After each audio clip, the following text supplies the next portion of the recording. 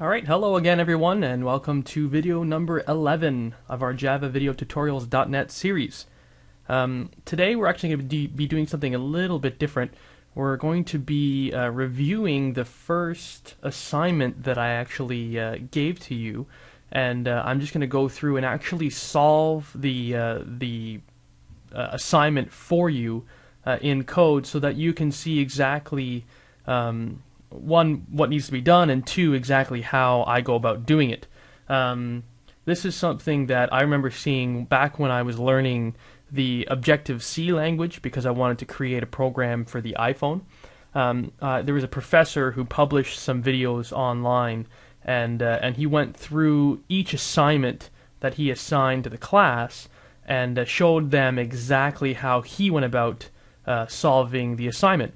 And I thought that that was fantastic, and it really helped me learn and understand exactly what needed to be done to go ahead and be I guess a good coder or programmer or what have you.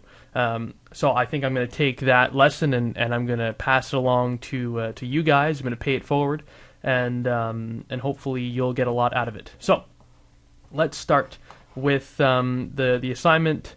If you don't have the assignment yet, then I'll put a link below this video so that you can go and actually get the practice assignment and then follow through the steps that you need to actually set it all up. That will all be included in the link below this video. So, assuming that you've done that and you've actually tried the assignment, then we can go forward and solve the assignment. But it is very important that you make an effort to solve the problem. Okay, solve the assignment. Try. Don't just give up after an hour because you're frustrated and then go right to the solution. You're not going to learn anything that way. Please try it, and hopefully you'll be able to get to a point where you've either hit a roadblock and you know you can't get past it, or you have solved it and you want to see if you solved it in the, I don't want to say the best possible way, but in the way that I would go about solving it. If you have a better solution, then that's great. Then good on you. So let's dive right into it, shall we? So the homework assignment was all about lottery, playing the lottery. So there is there are three sort of objects here that I've created. One is the playing the lottery. So this is used to actually invoke all the steps necessary to actually carry forward the actual generation of the lottery numbers and help pick the lottery numbers yourself and all that stuff. And then it goes through and tries to match up the numbers that were generated with the numbers that you actually chose. All right. For now, there's a little bit of stuff that I've implemented in here, but it's not going to be enough to actually make the program work. Because if you flip over to the lottery number picker, which is where you will manually be picking the numbers yourself, you see that all it does is return null, which is not a complete implementation. As well as the lottery number generator is null, and if you go to the play lottery class down here, when you play lottery, that's actually null as well. So you'll also notice that I have a tests class here, and this is what I used. This Java class will be used to test the functionality of your code. If all the tests pass, then you have successfully completed the assignment. If any of them are failing, then obviously you need to keep working at it. And then I say how you can go about running the tests. So to run the tests, you just click here, you right-click on the class, you say run as JUnit test, and you'll see that, yes, indeed, all of the tests are failing. So I'm just going to go ahead and start with the first test and get that one to pass, and then go to the second and get that one to pass, etc. So let's start with the first one. So this test is saying that it should return a set of 6 numbers with no duplicates. Okay? And then what you see here is you have a lottery number generator object that's being instantiated. And I'm using this terminology here, SUT. If you've never seen this before, this stands for System Under Test. And it's kind of like a best practice that we use in our code when we have our test code. So if you're writing test code, this usually just indicates what it is that you're actually trying to test, and so that other programmers will be able to quickly know, oh, okay, so this is what they're testing. The system under test is lottery number generator, and they are testing the generate lottery numbers method. So what is this asking for? Well, it's saying that it should invoke the generate lottery numbers method. It should assign lottery numbers to a set containing integers, and it's saying that that lottery number set should have 6 numbers inside of it. Okay? So since the system under test is this exact method, this is the method that we need to be actually manipulating. So if we go into this method, you'll see that it is just returning null like we saw before. So this, this method should return a set of 6 different integers. Hint, use the random class located in this package to generate the random numbers. So let's do just that. If I type in random, and let's say random equals new random, I'm just kind of guessing that this is going to be allowed, and it is. And it is the Java util random. So in case you missed that there, let me go back one step. These were underlined with red because it hasn't yet been imported. Now you can either hover over it and click the import, or I just use the shortcut key Control-Shift-O, which is just organize all imports. And when you do that, when you say Control-Shift-O to organize all your imports, this Spring IDE or Eclipse or NetBeans, whatever you're using, will scan all of the objects that it finds in your particular class that you're located in, and it will find all the ones that have not yet been imported that don't have any reference to them or anything like that. So it'll say, okay, in the situation when we haven't yet imported, it'll say, okay, random. I see that I don't understand what random is yet, so it will just try to automatically import the proper package and class into the class that you're working with. And in the case that there's only one matching class, then it just does the import. In the case that there are more than one matching classes, then it will actually prompt you with a dialog that will ask you which one you want to choose. So for example, if I wanted to show you what I mean by that, let me just do a random list for no apparent reason, equals new array list with a string. So you'll notice that when I finish this, so list and array list are both underlined. So if I do Control-Shift-O, it's going to say, okay, which list did you mean? Did you mean AWT list or util list? And I know that I want the util list because the AWT has to do with graphical user interface stuff. I want the Java util list, which represents the collection. So you can just double click on that one, and you see how boom, boom, boom, it imported all 3 classes, the random class, the list class, and the array list. So these are all available up top. So that's the advantage to using the organize all imports shortcut, the Control-Shift-O, rather than hovering over one saying import, hovering over the other saying import, hovering over the other saying import. So you see that that's just my shortcut way of doing it. Okay, so I have imported the random class. It is the right class, as you can see up here, Java util random. And I just arbitrarily assign it to equals new random, and it seems to have worked. Sometimes you're not allowed to instantiate the class, and that is the case for some classes that are singletons. We'll learn about a singleton in the future. So if it was a singleton, then I would need to probably use the getInstance method, but in this case we didn't have to do that, so we are happy.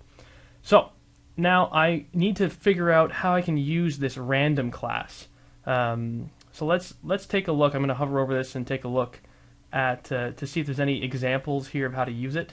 I don't really see a whole lot of stuff here. There's there's some stuff that you can click on to actually look at the Java documentation, but that's not what I want to do. So I'm just going to type in random and hit period, and that will give me all of the public or whatnot methods or static methods that exists inside of the random object.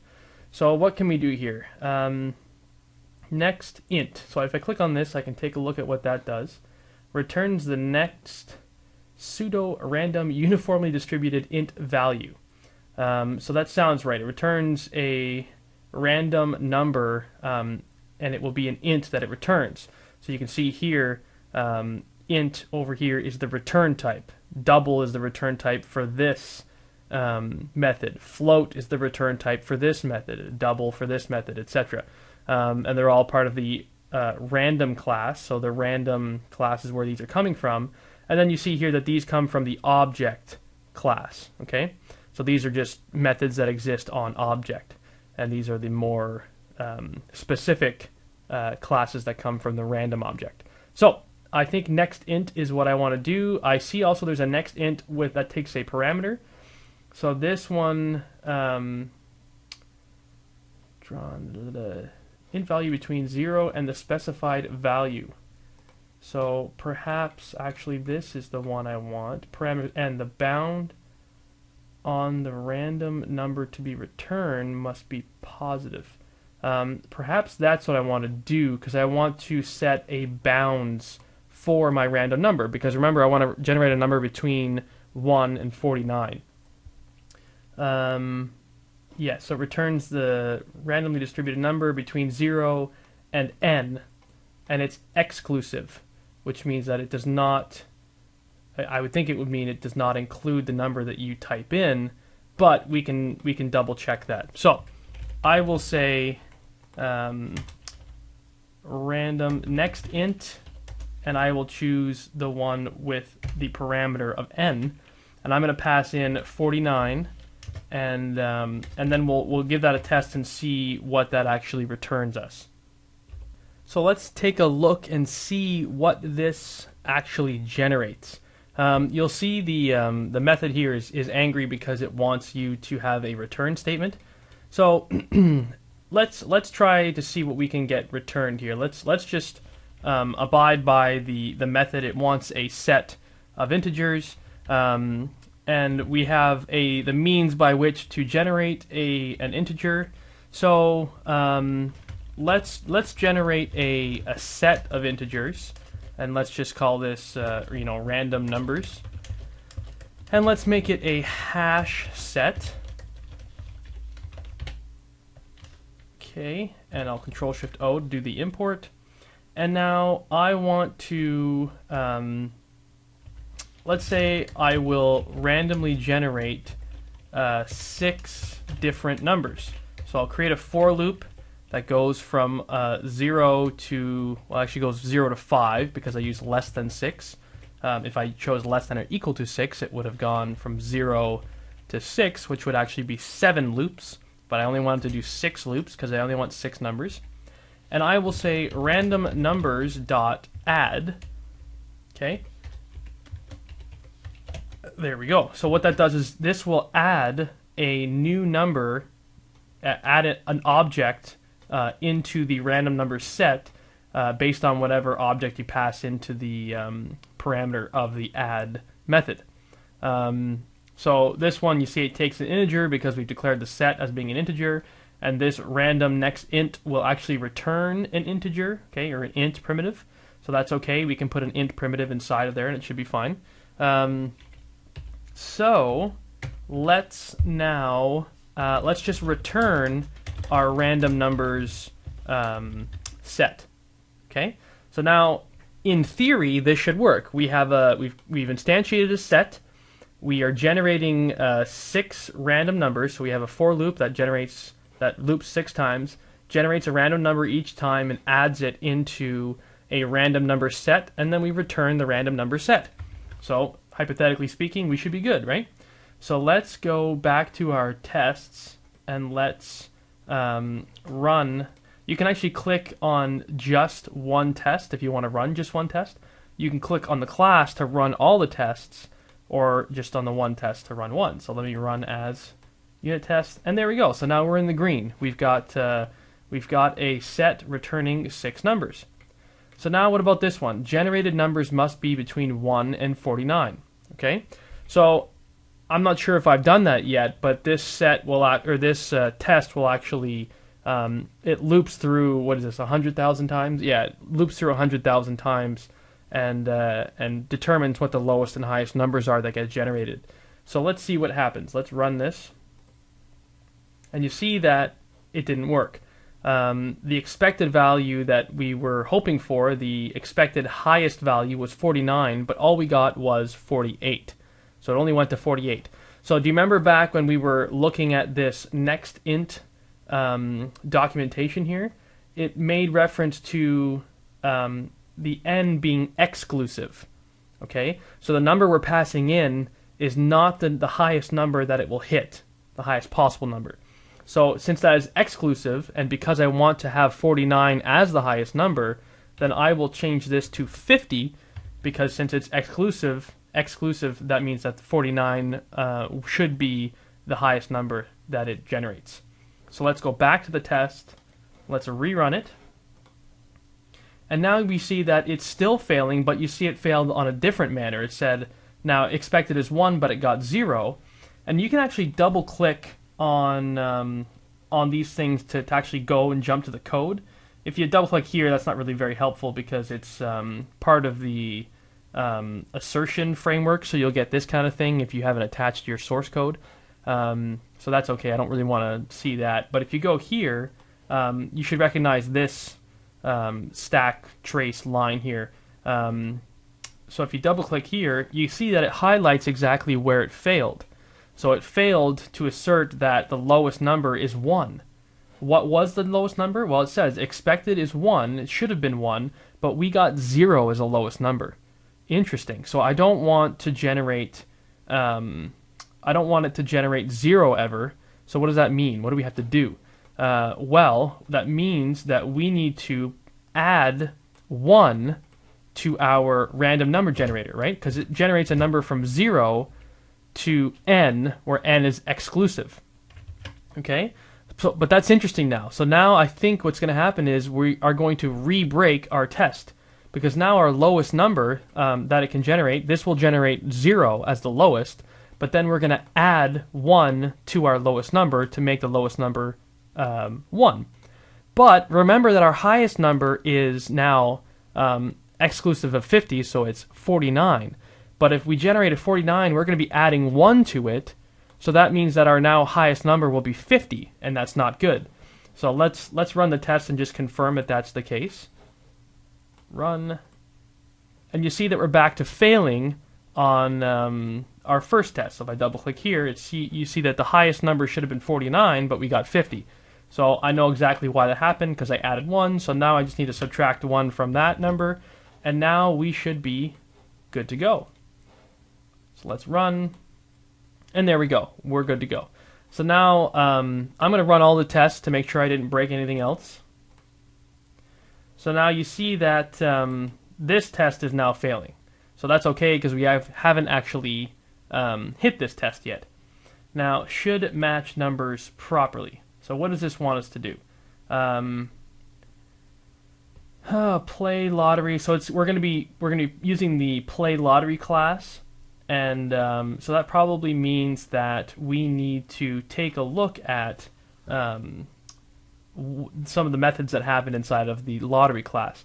Now this, I mean, I probably should have named this system under test because this is the object that we're testing. That was my bad. So now let's name it system under test, and play lottery is what we want to take a look at. So you can see that sure enough, when I just hit F3, or you can also right click on it and say open declaration, which is F3, which will go into the class itself. Or even you can hold down the control key and then hover over any variable or any method. If you click on a variable like SUT, it'll go to where that variable is created. If you control and click on the actual method, it will go into where that method is declared. Kind of a handy shortcut to know. So now we need to implement the play lottery method. So what is this one supposed to do? Well, this method should compare two sets of integers and return a set of integers that represent all of the matching numbers. Okay, so what the heck does that mean? Well, here's an example. If the lottery numbers are 4 through 45 and the user numbers are 4 through 45, only there's differing by middle numbers, then the return set should be 4 and 45, right? So that means that obviously 4 matches 4, 6 doesn't match anything, 23 doesn't match anything, blah, blah, blah, all the way to 45 does match. So it just should be the common numbers between two sets that are passed in, okay? So we pass in two sets of numbers, lottery numbers as well as user numbers. So if we are given these two as inputs and the output should be another set, then let's just quickly create a set, and we'll call this matched numbers, and we'll create a hash set. Okay, so now, interesting, how are we going to, let me do Control-Shift-O to do my imports. How are we going to see which numbers match? Well, let's see what sort of methods we have on these variables. So let's type in lottery numbers dot. So what do we have? We have a contains, which returns true if this set contains the specified element. Okay, interesting. That might be what we want to use. Let's go down. What's contains all? Returns true if this set contains all of the elements of the specified collection. So that's not really helpful. That means that will only return true if both collections, i.e. both sets, match exactly. So that's not what we want. We just want to see if there are any matching elements within the two sets. Is empty, iterator, remove, size, to array, to string. Okay, I think it's between that and the equals method. But if you do equals, this compares the actual object with the set for equality. So what that'll do is compare, again, if two sets actually are identical, if they both represent the same object. And that's not what we want to do. We want to know about the things inside of the set to see if they are equal to each other. So how are we going to do this? Well, I think what we can do is loop through one set and compare the numbers inside of it to the numbers inside of the other set, okay, and see if there are any matching numbers. I guess that's an easy way to do it. So I'm going to use something called a for each loop, okay? Because when it comes to a set, there's no way to you can't iterate through a set like you could through a list. If you had a list has an index. So I could have done something like a loop like this, I is less than 6, just like I had done before, and then I could say lottery numbers dot get. But you see, there is no get method on the lottery numbers because it's a set. All it has is get class. If this was a list, I would have a get method, and then I could pass in get, and I could say get I, which actually returns the index that we are currently landing on. But I can't do that because it's a set. So how do I iterate through a set? Well, I can use something called a for each loop. And that looks something like this. Lottery numbers. Okay, so I identify, let me just check and see. Oh, I need to specify what type will be inside of my set. And what do we got? Type mismatch cannot convert element type integer to set integer. Oh, silly me. Sorry. I don't know why I was typing in a set there. Not paying attention. So what this does is it takes a collection, okay? This could be any collection. This could be a list. In some cases, this could be a hash map. This could be a set like we have, whatever. Any sort of collection. And it will go through each of the elements inside of a collection and assign them to a variable that you've chosen out here. So I've declared this integer, which is a lottery number, okay? And that will be the placeholder for every single integer inside of our lottery numbers set. And it'll iterate through each of them one by one. So, the first iteration will go through, it'll grab the first element in the set, it'll assign it to the lottery number variable, which is an integer, and then we could work with it. And then it'll go to the next element inside of lottery numbers, assign it to the lottery number integer, and then we can use it, etc., etc. So now we have an actual lottery number, and we can actually see if that lottery number is inside of the user numbers set. Okay, and remember we can do that using the contains method. So user numbers dot contains. Okay, and you see that it wants an object. So we have a lottery number which is an integer, and because in Java everything is an object, that's okay. Integer belongs to the object class. So since the contains wants you to pass in an object, and the lottery number is an integer, which is an object, then everything's okay. So we are saying user number contains. Well, this actually returns a Boolean, true or false. So that means that we need to have some sort of control structure here to deal with it. So that control structure I'll use will be an if statement.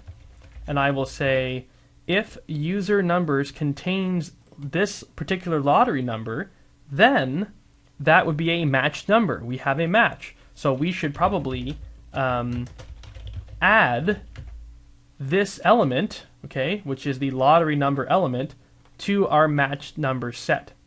Okay, so let's go ahead and do that. And then let's just return our matched numbers set. Okay, so let's see again what this will do. It'll go through each lottery number and inside of the lottery number set, and then it will say for each lottery number, does the user numbers contain that exact lottery number? If this is true, it will add that element to the matched numbers set. Okay, so that should be good. So if we pass in this series of numbers, 4, 6, 23, 34, 44, 45, it will iterate through each number and say, okay, start with 4. Does 4 belong, or is 4 inside of the user numbers set? Well, yes, 4 is the first one, so we'll have a true. So since it's true, it gets added to the matched numbers set, which would be here.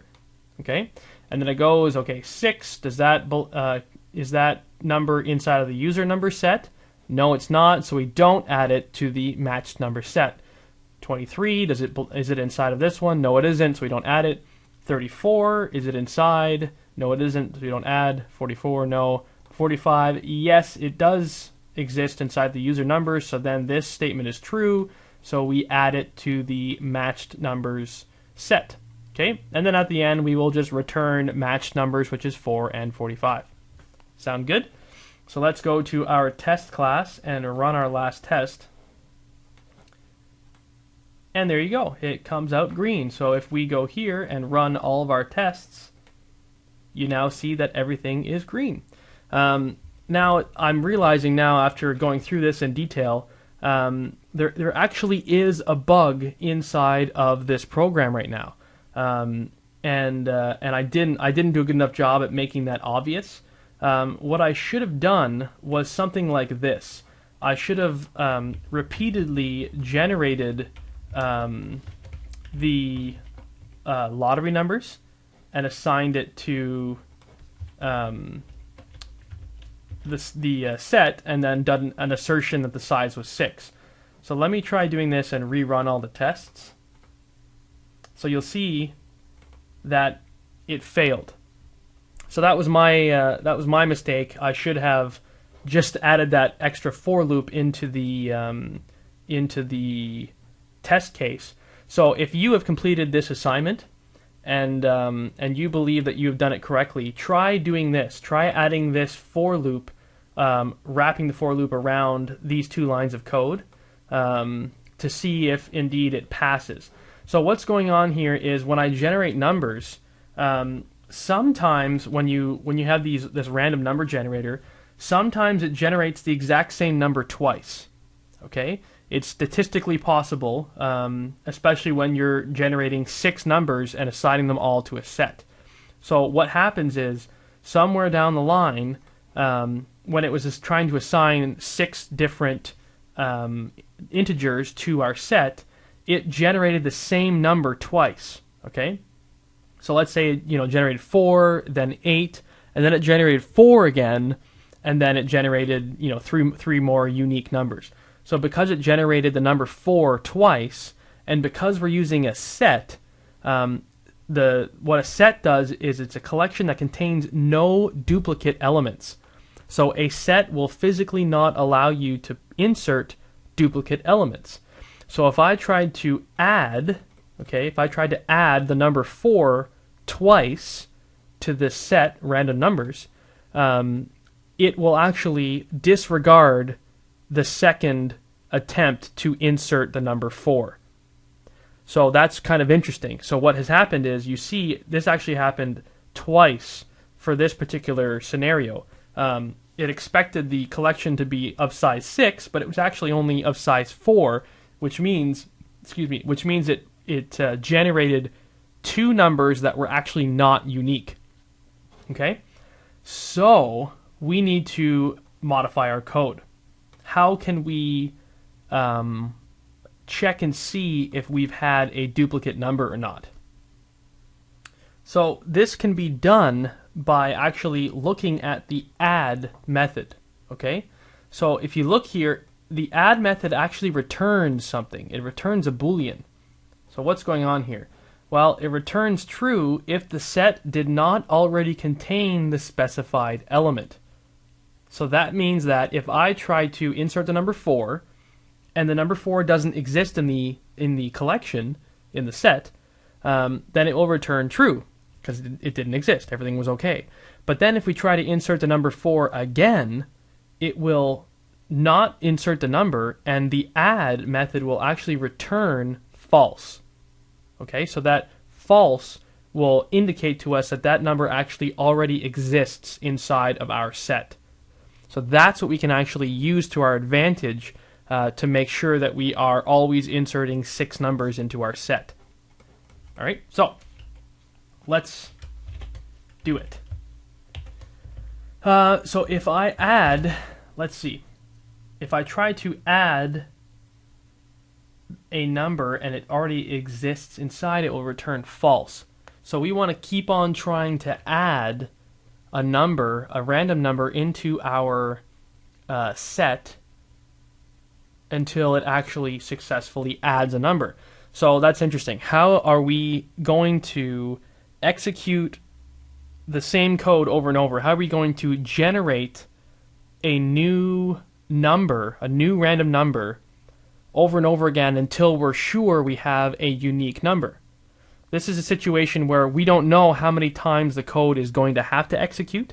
We can't say for sure that if we do a for loop that iterates 2 times, that we are guaranteed to have a unique number every time, or even maybe looping 3 times. Okay, there might be some fancy mathematical formula you can use to calculate statistical possibilities and all this stuff, but that's just too complicated. What we need to use is a control structure which allows us to loop without having to know a specifically defined number of loops. Okay, can you remember what that control structure was? It's called the while loop. So I want to loop until a certain condition inside becomes false. Okay, so what if I take this random number generator and throw it into the while condition? So let's see what happens here. It will say, okay, random numbers add a random number, and if the random number does not exist inside of the set, then it will return true. And what do we know about the conditional logic of a while loop? Well, a while loop keeps looping while the condition inside of the brackets here is true. All right? So it will only stop looping when this condition becomes false. So when we would want to stop looping when we know that we've added a number that is unique to this random number set. So how do we know that it's unique? Well, we know it's unique when add returns true. But we want the while loop to stop when that happens. So how do we make this statement become false? Well, it's actually quite simple. you just put a exclamation mark, which is known as the not, in front of the statement. So we're saying not random numbers.add, blah, blah, blah. So it'll take whatever Boolean condition that comes out of here and switch it. So if this returns true, it'll switch it to false. If this returns false, it'll switch it to true.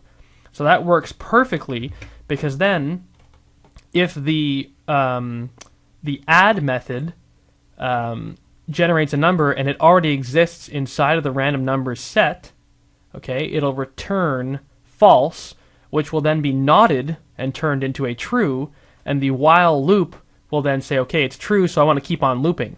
So it'll re-execute the statement inside of the while loop condition, and thus re-execute the random number generation and re-execute the attempt to add the new random number that was generated to the collection. And once again, it'll evaluate to true or false.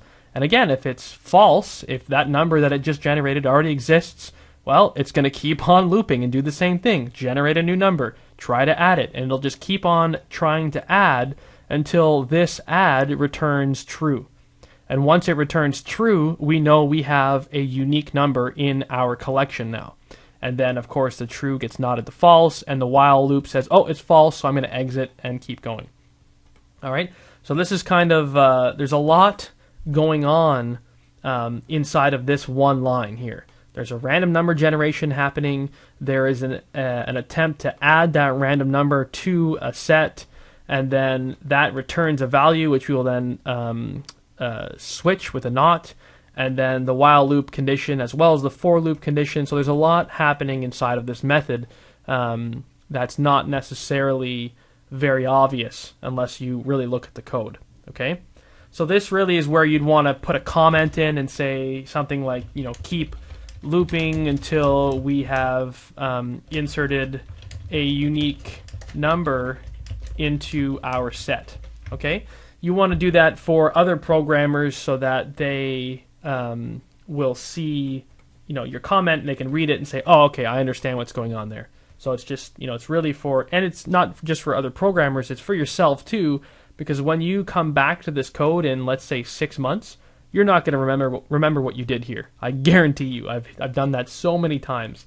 And then you're going to have to reread all your code and relearn exactly what it was that you were trying to do. So by all means, use comments. They're very helpful. There you go. So let's go back to our tests and let's run all the tests again. And there you go. So now we're happy. Now we're always returning a set of 6 numbers with no duplicates. We're always generating a number between 1 and 49, and the numbers are matching properly. All right.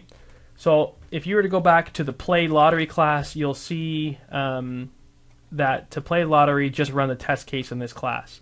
So I have one more test that is here. So let's try and play the lottery and see what happens. All right. So it seems like something did not work correctly. I got a null pointer exception in play lottery. So this is something that I have not tested. So why is this null? Null pointer exception. So if it hits a point where you don't know off the top of your head what could be going on here, then you will likely need to debug. So this is yet another technique that's used to help you on your programming journey and programming efforts. If you know exactly what debugging is, then great. If you don't, then you're about to find out. There is a way to pause the flow of code so that you can slowly step through the code line by line and see exactly what's going on. Okay, and that's known as debugging. So since I had a failure here, I double click on it and it goes to this line. Since I had a failure here, I actually want to be able to sort of pause the flow of code when this method gets called so I can see exactly what's going on. So to do that, you can actually double click on the line number and it'll add a little blue dot, or you can double click on in the blue area if you don't have line numbers shown, or you can right click and say toggle breakpoint. Okay, there's a bunch of different ways you can do it, or Control Shift B. completely up to you. There's 6 dozen ways of doing the same thing, whichever is your preference. So I've added the blue dot. That means I've added a breakpoint, which will pause the flow of code when it gets there. And I'm going to, instead of right-clicking and saying run as JUnit test, I'm going to say debug as JUnit test. So when I run the debug, it runs in debug mode, and it will now pause when it hits the breakpoint that I've set. And now I can step through the code line by line. And I can do that by indicating the step over up in the debug view. Now, when you, if you were to execute the debug mode, you might have received a pop-up, a dialog saying, "Do you want to switch to the debug perspective?" If you were using Spring STS or Eclipse, you would have seen that. And that's just over here on the top right-hand corner. There's different perspectives. So we were in the Spring perspective before. This is what you're used to seeing. But it switched me to the debug perspective. And I would recommend doing that because then you get access to things like the debug window, as well as breakpoints and variables and that kind of thing. All very useful. So yes, I'm in the debug perspective. And now I will step over the code. So I'll go to the next line. So all we did there was instantiate a new set. So you can see I have an empty set here. Okay, fair enough. And I execute the next step.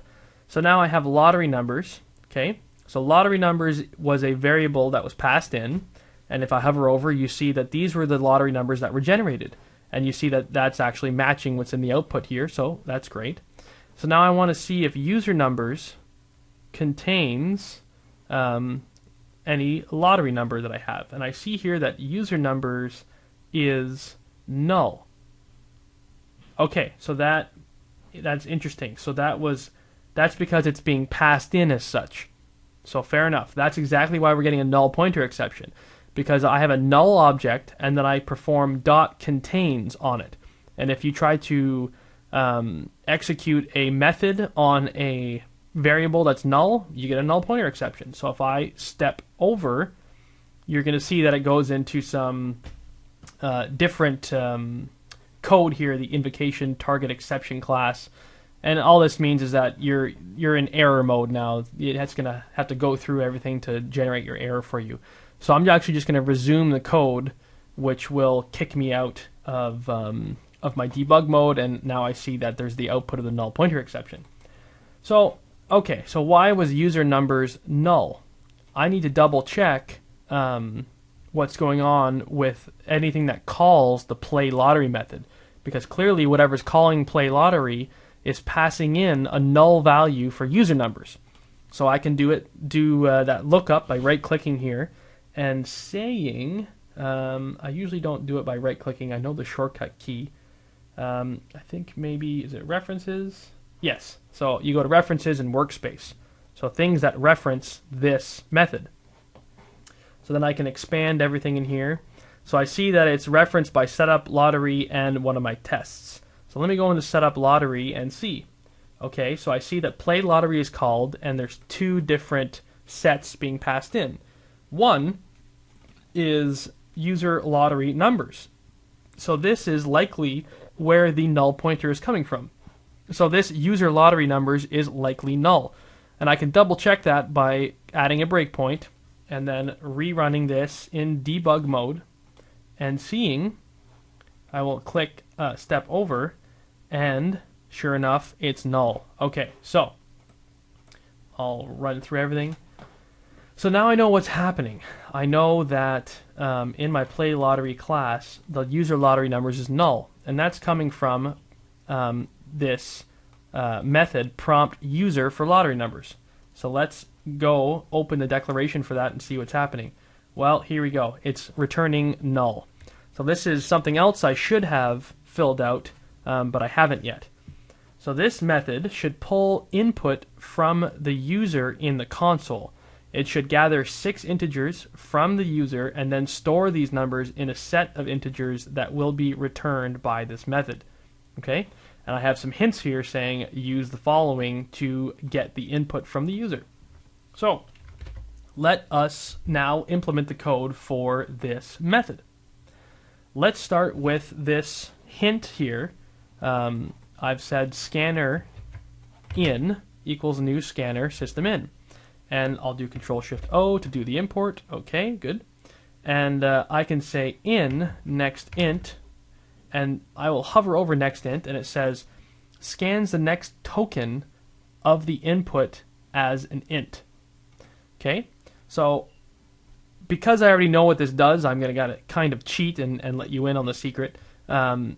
This will actually ask or scan the console for inputs from the user. Okay, and I know that when you invoke the in.nextInt, there's no real indication in the console that you should be inputting numbers. Okay, so I'm actually going to put an actual print in here. Notice I did print and not print line, and I'm going to say please input a lottery number.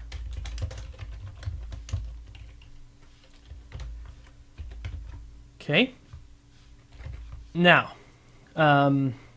it also wants us to return a set. So we should gather 6 integers from the user and store these numbers in a set. So we want 6 numbers. So since we want 6 numbers, I would venture to guess that we need to execute 6 different console scans, if you will. So perhaps I should put this inside of a for loop.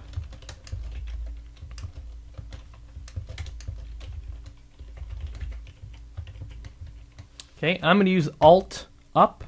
So I hold Alt and I hit the up key, and that just kind of shifts whatever code I have highlighted.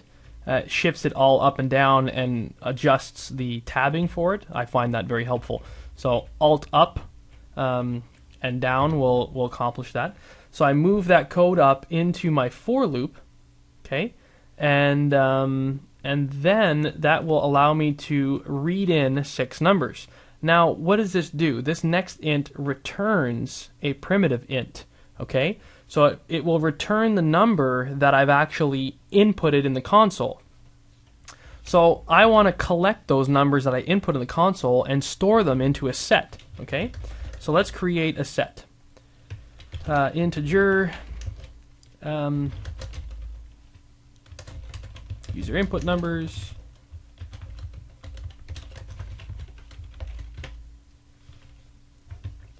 And Control-Shift-O. There we go. So now I want to say user input numbers, and I want to add to the user input numbers. And I want to add whatever number it was that I read in from the console. And then I want to return my set of numbers. All right. So everything looks like it would be okay, but we have a warning here. And when I hover over it, it says resource leak. In is never closed, and you can see that in is highlighted with the yellow underline. So there's a resource leak. In is never closed. So what's going on here? If I type in and hit dot, I see that there's a close method which closes this scanner. If the scanner has not yet been closed, then its underlying readable also implements clonable, blah blah blah blah blah. So basically it's saying that this this way, or this object, the way that it works is you need to close it when you're done. Okay, so I could just invoke in.close here, and then everything should be okay. But if you remember from our last video talking about exception handling, you'll remember that when you're dealing with things that you need to close, like a database connection, or something of that sort, it's best to have that in a finally clause, so you can guarantee that the close will always be run, even if there's an exception that is thrown inside of the code. So I'm actually going to go ahead and do that. I'm going to wrap all of this stuff in a try finally. So I'm going to create the try. I'm going to use my Alt up to move everything up, and I'm going to create a finally block. And I'm going to use Alt up, and there we go. So I've put this in.close in the finally block. But now I've got an error saying user numbers cannot be resolved. Well, that's because user numbers is defined inside of the try block. And if you remember, I said in the last video you should really define everything outside of the try block. So I will do just that. There we go. So now everything seems good to go. So now let's test. Let's go to our play lottery and let's run the play lottery method. So I right click and I say run as JUnit test. And now you see there's this please input lottery number.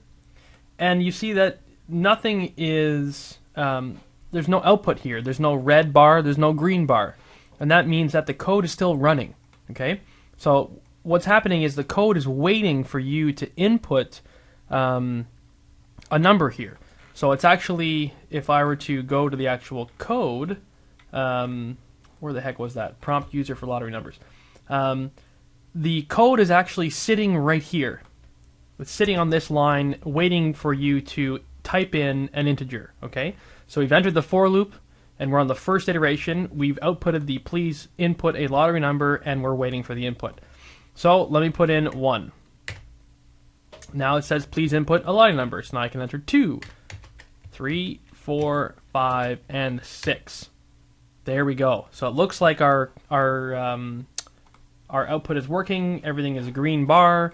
And you see that it says that we've matched 0 numbers, which is true. I typed in 1 through 6, and my number did not come up. Now, I think for the most part, that is good for anyone who was actually going through this assignment. If you wanted to, you could put in some extra effort into checking for checking for valid numbers. So, like, if you typed in 0. That's not exactly a valid number. You can still type it in and it'll still allow you to do that. But yeah, it's not a valid number. You could type in 50, 55, 100, negative 100. So there's all these different numbers you could type in that, you know, are not valid entries. So if you didn't handle that, then that's okay. I mean, this was definitely a difficult assignment for someone who's just starting with Java or just starting with programming. So I forgive you. It's okay. If you wanted to go the extra mile, you could have. And what you probably would want to do is inside of that code, the prompt user for lottery numbers, you have to do some sort of validation or some sort of check against the number that comes through. Okay. So that would be error handling with the next int method. Okay, so I believe, like, if I were to go back to that test and run it, let me just give you a quick rundown. Let me type in an invalid input, like some letters. That will actually throw an exception. So you want to be looking at the input mismatch exception. Okay, so you'll want to do that inside of your prompt user for lottery numbers. You'd probably want to handle that in such a way that you'd have it in a while loop, okay? Because you want to say while the user is inputting invalid information, keep prompting them to enter valid information, okay? And you probably want to do the same thing with the add condition like we did before, because you don't want them to input duplicate numbers either, okay? You don't want duplicate numbers for your user input. So these are all things that that you, if you want the extra, go to the extra mile, by all means, try to handle that in some way, shape, or form. I won't cover that here because I've already, you know, been taking up quite a bit of time with this this recording. But yes, if you are interested in seeing that solution, I think, yeah, I'll put in the solution in the notes for this video. So I'll put in the section below the video, you'll see my actual solution, a link to the page where you can go and download my solution. So yes, then you could download my solution and you can verify exactly how I went about handling the error conditions. Okay, so thanks very much for sticking it out so long. Hopefully that was very helpful to you. by all means, go take a look at javavideotutorials.net if you are not viewing this video as part of the javavideotutorials.net series.